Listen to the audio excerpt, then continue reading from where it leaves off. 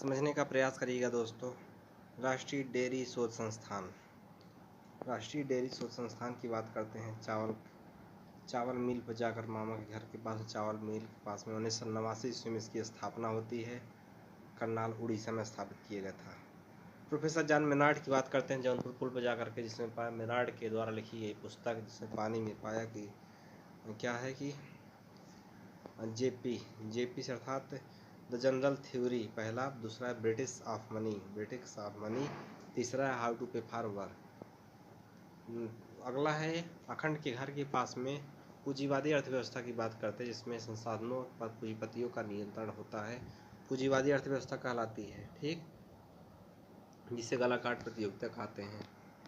समाजवादी अर्थव्यवस्था की बात करते हैं। शिवालय के पास में वहाँ पर सरकार का नियंत्रण पाया जाता है जिसमें समाजवादी अर्थव्यवस्था कहते हैं। समाज का नियंत्रण पाया जाता है उसे समाजवादी अर्थव्यवस्था कहते हैं। तथा स्वस्थ प्रतियोगिता इसमें पाई जाती है। कैसी प्रतियोगिता? स्वस्थ प्रतियोगिता इसमें पाई जाती है।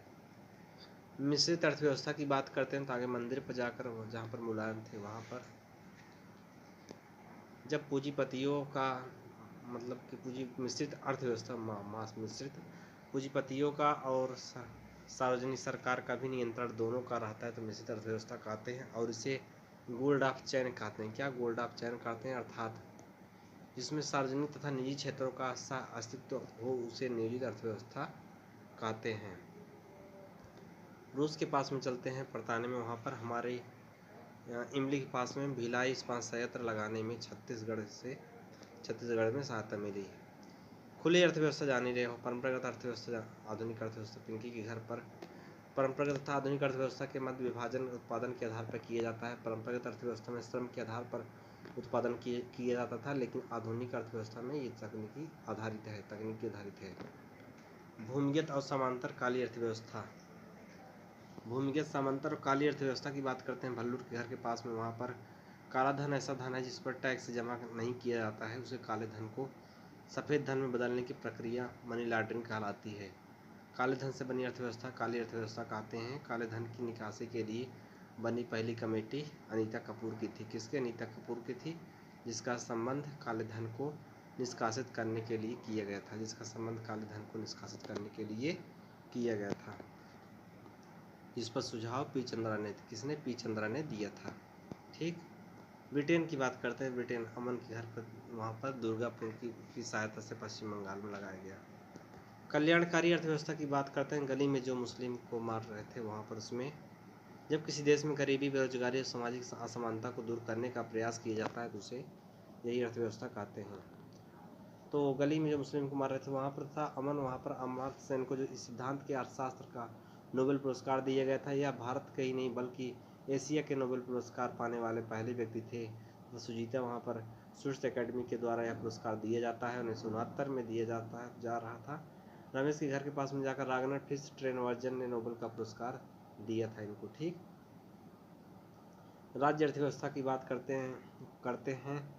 केला के पास में जाकर वहाँ पर राज्य अर्थव्यवस्था का सिद्धांत वहीं पर कार्ल मार्क्स द्वारा 1818 में दिया गया था, जो एक अर्थव्यवस्था के तौर पर 1917 में बोल्शेविक क्रांति के बाद सोवियत संघ में नजर आया, ठीक, जिसका आदर्श चीन में देखने को मिलता है।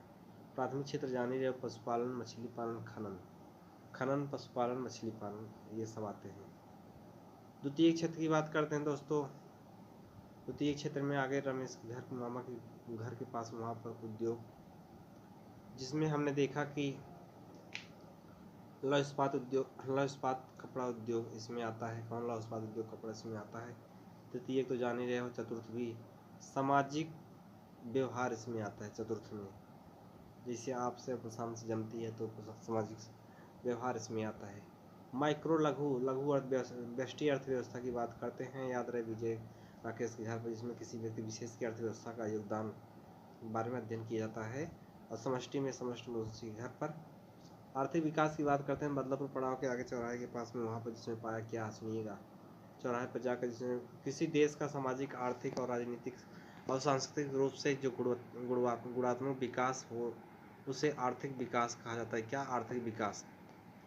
उत्तर में बात करते हैं, उत्तर में उसके यूएनडीपी नामक संस्था एचडीआई ह्यूमन डेवलपमेंट इंडेक्स के आधार पर पाई जाती है।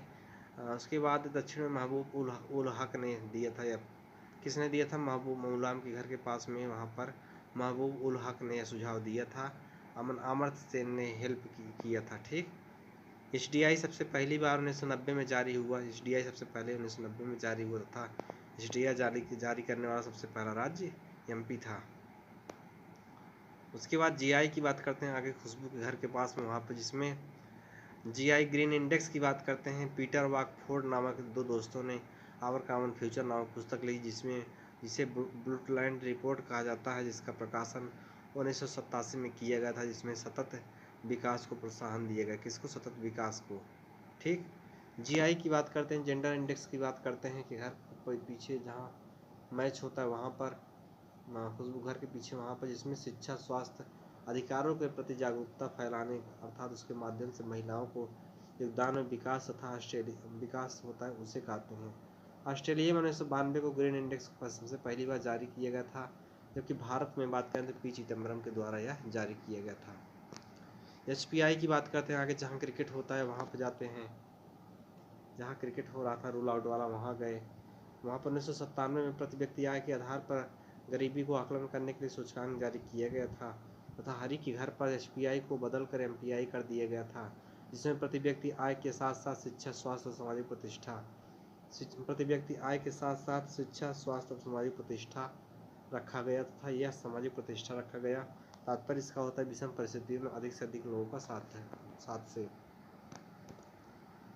WHI की बात करते हैं, वर्ल्ड हैप्पीनेस इंडेक्स की बात करते हैं, इसे लेकर आते हैं जहाँ मछली मिलती है वहाँ पर।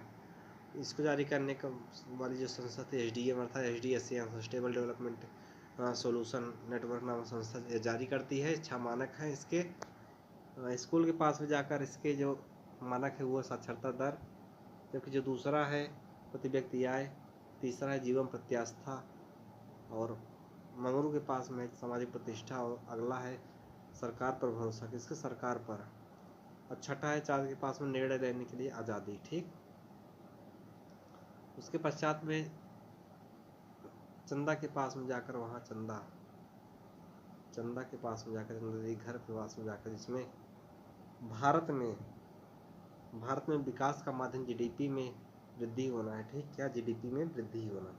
एकमात्र भूटान जो अपनी देश का विकास लोगों की खुशहाली के आधार पर यह जारी करता है। ठीक दोस्तों, सुनिएगा।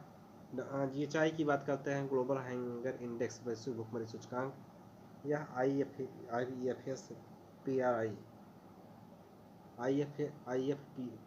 नामक संस्था जारी करती है। फुल फॉर्म देख लो दोस्तों, क्या है इसका? International food policy reserve institute. ठीक, अगला है कृषि एग्रीकल्चर की बात करते हैं दोस्तों। एग्रीकल्चर से हो जाएगा, जिसमें जहाँ मछली मिलती है वहाँ पर 1947 में देश आज़ाद हुआ। उसके पश्चात में उसे मिश्रित अर्थव्यवस्था घोषित किया। क्या? कौन सी अर्थव्यवस्था? मिश्रित अर्थव्यवस्था घोषित किया गया, जबकि पूर्व में बढ़ती जनसंख्या, घटता खाद्यान्न को देखते हुए वहाँ पर चारा वाले के पास 1950 में योजना आयोग का गठन किया गया, जिसका उद्देश्य भारत को कृषिगत आत्मनिर्भर बनाना था। ठीक, क्या? कृषिगत आत्मनिर्भर बनाना था। दक्षिण में भारत का विकास करता गया, जनसंख्या बढ़ती गई, परंतु धीरे धीरे एकल परिवार की अवधारणा उत्पन्न हुई। वर्तमान समय में भारत में 65% किसान जीवन निर्वाह कर रहे हैं। कितना? 65%। और यदि ऐसा रहा तो खाद्यान्न की समस्या आ सकती है। चकबंदी प्रणाली की बात करते हैं, तो इसे हम पुतुल फुआ के घर के पास में 1920 में चेम्सफोर्ड ने गुजरात के बड़ौदा में आरंभ किया, जिसमें यूपी में पानी मछली, वहाँ पर मुजफ्फरनगर जिले में चकबंदी का आरंभ हुआ, परंतु भ्रष्टाचार के कारण चकबंदी विरोध आरंभ हो गया और रद्द हो गई। ठीक, सहकारी कृषि की बात करते हैं, तो आगे उसके जाकर जहाँ मछली मिलती है, 2 या 2 से अधिक खेतों में मिलकर के खेती करते हैं, उसे कहते हैं। आगे हाईवे के पास में जाकर भारत में कृषिगत उत्पादन घटाने का एक बड़ा कारण सिंचाई सुविधा का अभाव, जिसके चलते अमेरिका में 1946 में CO2 के छिड़काव से कृत्रिम वर्षा कराई, परंतु यह विधि सफल नहीं रही। परिणाम स्वरूप 1946 में सिल्वर आयोडाइड के छिड़काव से कृत्रिम वर्षा कराई गई। सस्य घनता जाने रहो, झूमिंग कृषि आज जाने रहो। झूमिंग कृषि ब्राजील में ब्रासरस रोका, मैक्सिको में कोनिको, छत्तीसगढ़ में दीपा, इंडोनेशिया में ह्यूमा, उड़ीसा में कमान, उड़ीसा में उल्लू को कमान से मारते हैं, वियतनाम में रे, श्रीलंका में चेन्ना। रैंचिंग कृषि जान रहे हो, जब पुराने वाले हाईवे पर चले वहाँ पर पशुओं के लिए घास उगाई जाती है। ठीक, ई कृषि की बात करते हैं दोस्तों, तो इंटरनेट के जरिए अधिक से अधिक वो होता है। शुष्क कृषि जान रहे हो, और चक्र यहाँ पर आ जाते हैं जहाँ पर बीटी कल्चर, अंगूर पालन, पीसीएस करौटी का, पीसीएस हरौटी से हो जाएगा पीसी, एक्वा कल्चर व्यापारिक स्तर पर। ठीक, तो आगे आरपीएम के घर पर वहाँ पर अल्लाह से ओलवरी कल्चर, सब्जियों का उत्पादन है। ओरवरी कल्चर सब्जियों का उत्पादन है। आगे नंदलाल के पास हंसिए पीटने वाला, वहाँ पर हर्षी कल्चर घोड़ा खच्चर उत्पादन यहाँ पर होता है। मोरे कल्चर से रेशम कीट का उत्पादन होता है। बर्मी कल्चर से आगे उसको नंदलाल की दुकान में वहाँ केचुआ पालन। ठीक, कौन सा केचुआ पालन। और मेरी कल्चर से आगे तोज की दुकान में, जो मेरी दुकान है, समुद्री जीवों का उत्पादन है। समुद्री जीवों का उत्पादन यहाँ पर होता है। नेमरी कल्चर से आगे डॉक्टर के का नाम लल्लू नाम आदिम कृषि उत्पादन होता है। सिल्वी कल्चर से सिंचाई मशीन अनवर की वनों का संरक्षण है। सिंचाई मशीन अनवर के वनों का संरक्षण होता है इसमें। और एपी कल्चर की बात करते हैं, आगे सब्बीर के पास बोले मधुमक्खी पालन माँ। फ्लोरिकल्चर फलों का। ओलिवी कल्चर बड़की महुरिये में जाकर वहाँ जैतून का उत्पादन होता है। अब आगे हरित क्रांति। आगे स्मारक के पास में जाकर फोर लोग, भारत में पहली बार 1959 में फोर्ड फाउंडेशन नामक संस्था बनाई गई, जो विदेशी कृषि वैज्ञानिकों का एक समूह था, जिसमें प्रमुख कार्य कृषिगत उत्पादन को बढ़ावा देना। उसके बाद सनम के घर पर 1961 में अलीगढ़ में सघन कृषि जिला कार्यक्रम को चलाया गया। पिटाने पे वहाँ मूसे के बिल में बिल्लिया गार्ड ने हरित क्रांति शब्द का प्रयोग किया पहली बार, जबकि गांव की नीलम नॉर्मल इबोलाग, मेक्सिको की 3 प्रजातियां लार्मा रोजा सोनारा को सफल प्रयोग किया गया था। नॉर्मल इबोलाग को वैश्विक क्रांति का जनक कहा गया। आगे रामपाल के घर के पास जाकर, जिसमें पाया कि इसे पंचवर्षीय योजना अवकाश असफल हो जाने के बाद 1966 से 69 के मध्य एक योजना अवकाश चलाया गया। आगे मुंशी जहाँ खाना बनाते वहाँ पर जाकर भारत में उसका प्रारंभिक खरीफ फसल से हुआ, खरीफ साथ हुआ था, और रबी की फसल गेहूं के साथ नए बीजों का आयात किया गया था। गेहूं की फसल को हुआ 500 गुना लाभ। बाकी आप जान ही रहे हो दोस्तों, यह पश्चिमी यूपी पूर्वी यूपी में नहीं हुआ। गोविंद बल्लभ पंत की बात करते हैं, आगे उसको जाकर शीशम के पास में, शीशम के घर पे, वहाँ पर हरित क्रांति जन्मस्थली जो गोविंद बल्लभ पंत कृषि विश्वविद्यालय उत्तराखंड था। जब सीआई की बात करते हैं तो आगे भट्टे के पास में जाकर बनाया बटाव बिरवाल ने, यहाँ प्रभुदेव के पास भट्टे पे, वहाँ पे FCI, इसका मुख्यालय नई दिल्ली, जिसका कार्य था भट्टा मतलब यहाँ तेलटंकी के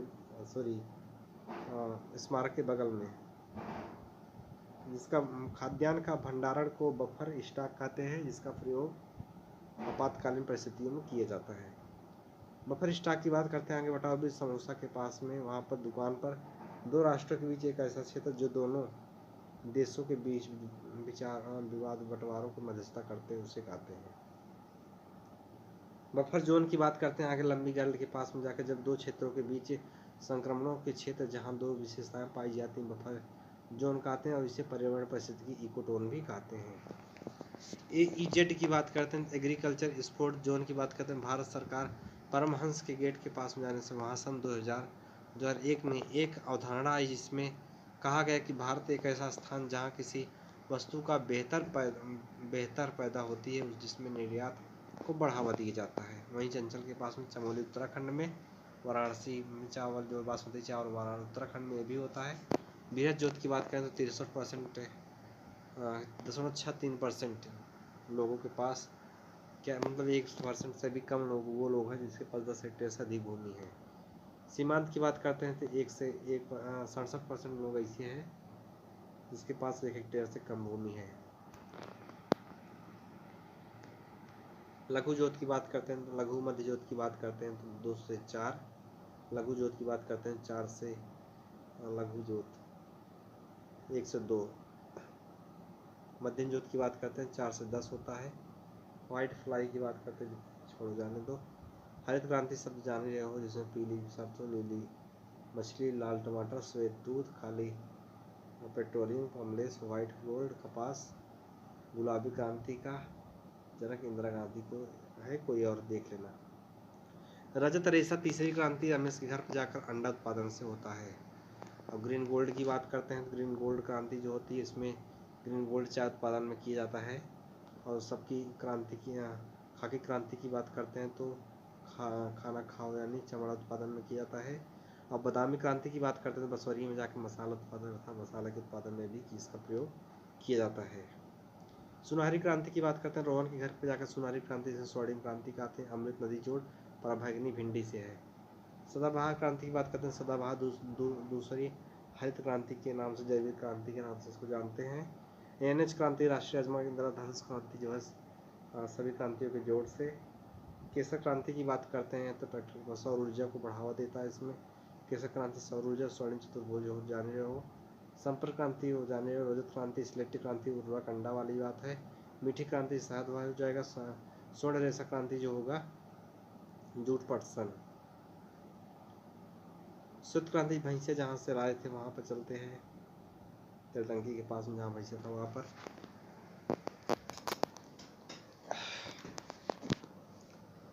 इसे धवल क्रांति के नाम से भी जानते हैं। ऑपरेशन फ्लड 1970 में वर्जिन कुरियन के द्वारा गुजरात के आगरा में इसकी शुरुआत की। सबसे बड़ा दूध प्लांट अमूल डेयरी दूध संस्थान था। भारत का दूध उत्पादन में विश्व में पहले स्थान पर है तथा भारत में सर्वाधिक जानवर भी यहीं पाए जाते हैं। भैंस का दूसरा स्थान यूपी में है। तमिलनाडु और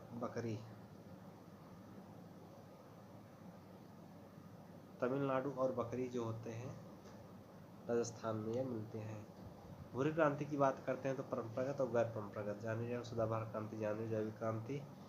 जीआर इंटर कॉलेज में घुसते हैं तो 1966 से 69 में रासायनिक खादों और कीटनाशकों का प्रयोग करके उत्पादन को बढ़ाने की बात कही गई इसमें, जबकि दूसरी हरित क्रांति का खाद और कीटनाशक का प्रयोग नहीं करते हैं। ठीक, विजन 2020 एपीजे अब्दुल कलाम। अमृत क्रांति की बात करते हैं गणेश के घर पर जाकर, जिसमें पाया उत्तर भारत की सबसे बड़ी समस्या बाढ़ की है। 2013 से 2016 के 19 के बीच में बहुत अधिक जनधन की हानि होती है इसमें। गोदावरी नदी गणेश के घर पर सूखने और महाराष्ट्र में भयंकर सूखा पड़ा था। अमृत क्रांति यही सब जरूरी था। कृषिगत ऋण की बात करते हैं। ऋण के 3 प्रकार के होते हैं। अल्पकालिक ऋण वैसा होता है जो 1 माह से लेकर 15 माह तक होती है, वो बीज और सिंचाई। और मध्यम जो होता है, मध्यकालिक ऋण जो होता है 15 माह से 60 माह तक छोटे कृषि यंत्र लिए जाते हैं। दीर्घकालिक जो होता है इसमें 60 महीने से 240 महीने तक इसको वापस करना होता है। ठीक, ऋण के प्रकार। ऋण के प्रकार की बात करते हैं। नबार्ड से हो जाएगा नेशनल एनबीए, नेशनल एनबीएफ, क्या NBF, BF, national banking for agriculture, rural and development. तो यह तेलटंकी के पास 1989 में किया गया था इसकी स्थापना। यह बैंक का नहीं है, इसका स्थापना शिवरामन कमेटी ने किया था, श्यामलाल ने, जिसका विकास करने के लिए इसका गठन किया गया था, जबकि 12 जुलाई 1982 को किया गया था। मुंबई में मुख्यालय, जिसकी प्रारंभिक पूंजी 20,000 थी, वर्तमान समय में 40 करोड़ है। 20,000 थी वर्तमान समय में, इसमें 40 करोड़ है। लीड बैंक की बात करते हैं तो लीड बैंक जबकि जो दक्षिण में वहाँ पर जो घर दक्षिण में स्कूल के तेलटंकी के बगल में वहाँ दक्षिण में 1969 में नरीमन कमेटी की लीड बैंक कमेटी के तहत हुआ था। इस कमेटी से पूछा गया कि देश का बेहतर विकास कैसे किया होगा, तो बताया जिस बैंक में अच्छा काम हो उसे बेहतर काम के लिए पुरस्कार दो। अपने यहाँ सब लाइन पे आ जाएंगे। ठीक।